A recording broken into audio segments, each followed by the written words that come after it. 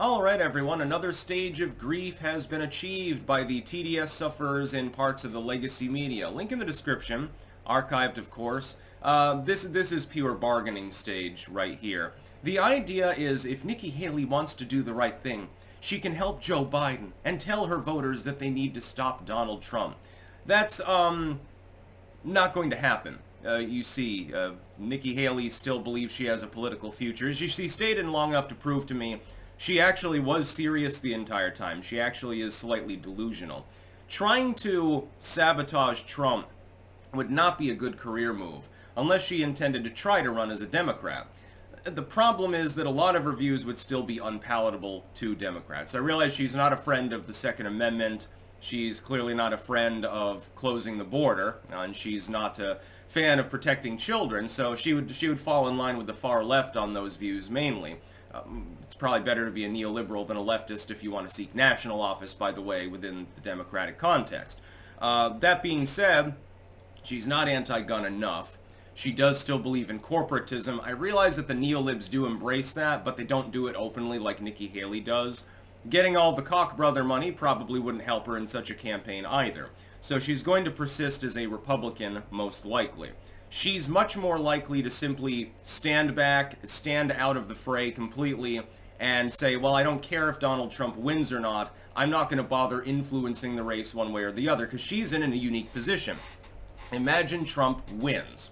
She did drop out. She did not endorse Donald Trump, but she did say, well, I mean, he has to earn our votes, but I thank him and wish him well. Okay, well, that's pretty non-committal, but it's better than Mike Pence literally saying absolutely nothing when he dropped out, or Chris Christie storming off stage and saying, oh, I'm never going to vote for Donald, I'll vote for Joe Biden instead, basically. So she presumes that's salvageable. So if he wins, she doesn't necessarily end up as an enemy of the administration. Probably not an ally, but not an enemy either. So she's looking forward to maybe a Senate run or something in the future. If she's truly delusional, she'll wait till 28 and throw her hat back in the ring. She'll be facing off probably against DeSantis and Youngkin, though, so I would assume that she will probably lose in that round as well. Conversely, what if Donald Trump loses?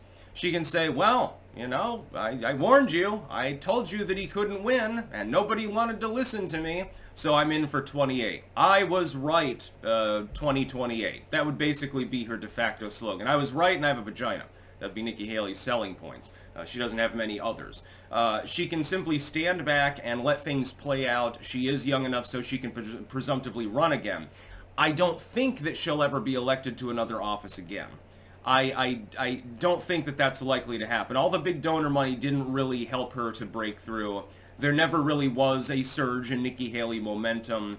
The only surging you saw in open primary states was Democrats that took a Republican ballot, like here in Vermont, where it was the only state that she managed to win, and then just narrowly. That was because of Democratic voters in the state and their attempt explicitly to organize exactly that. Didn't work anywhere else. So it was ultimately a failure. She believes that she will still be viable in a political context. There's no reason for her to drive in the knife and sabotage Trump, because then she has the problem of about a third of the party ever refusing to vote for her, and the inability probably to switch parties. Like, she can't really... She could try to pull off a Tulsi Gabbard if she really wanted to. I'm just not thinking that her personality would, number one, permit her to attempt that, and number two, that she could really pull it off. I would be very, very skeptical as to whether that could actually take place.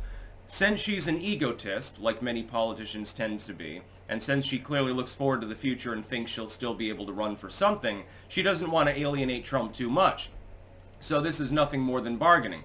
Well, it's sort of like in 2016, you know, towards the end, after Super Tuesday, Trump has pretty much run the field. He's won about 2/3 of the states singularly. Everyone else is all jumbled up for second place. What did the legacy media bargain? Once they hit that state of grief, what was their bargain? Well, if Ted Cruz and Marco Rubio and John Kasich team up, and they form some sort of ticket together, then they would have the votes to possibly stop Donald Trump. We can still do this, guys.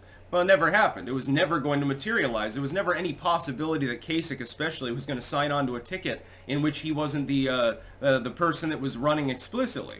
he would expect to cuck Ted Cruz and Marco Rubio, and clearly they wanted to be in command as well. Rubio ruled it out immediately as well and said, no, I'm not going to do that. I'm in it to win it. He didn't win. He had his Marco Roboto meltdown moment, courtesy of Christie. The one good thing that man ever did in his life. It was a hilarious TV at the time, and that's basically it. It never happened. It never materialized because politically it was impossible. You have three egotists all competing for second place. They want like cabinet positions and appointments and shit like that. And to a large extent, other than Kasich, succeeded at that. Nikki Haley, therefore, has no reason to go against Donald Trump and or become a no-labeler and form an independent ticket. She's dropped out. She shows no indication of wanting to continue. She probably will not endorse anyone. She'll probably they'll trot her out on TV. Oh, what was your experience in this race? And she'll do something that's ultimately smart. Well, America just wasn't ready for a female president. And I have said consistently that I have my qualms about Donald Trump. I wish him well. So you got to do the facade thing. You got to do weasel words. Good legal mind. I wish him well, but I don't know about this. You know, people are underestimating Joe Biden. He could pull it off. I'm really hoping Biden's not reelected, but I've got my misgivings about everyone. She'll do the weasel word non-committal thing. More than anything else, that's what I expect her to do.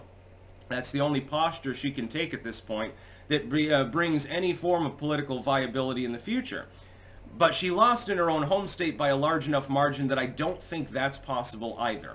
I think that this is just another symbol of the death of the old Rhino GOP, which we'll be talking about separately, if not today, then tomorrow.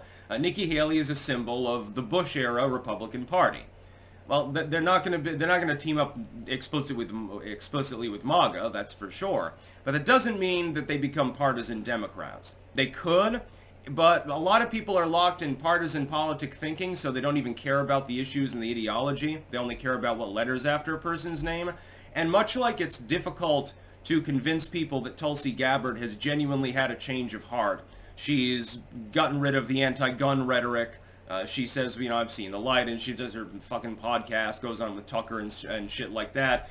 Much as there are a significant number of Republicans that I've talked to that still would never trust Tulsi Gabbard simply because she had been a Democrat before, a significant proportion of Democrats, were she to change parties, I don't think would embrace Nikki Haley.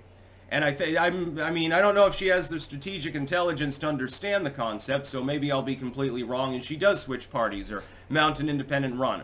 I'm just skeptical as to whether that will happen. So, bargaining stage of grief achieved. That's about all.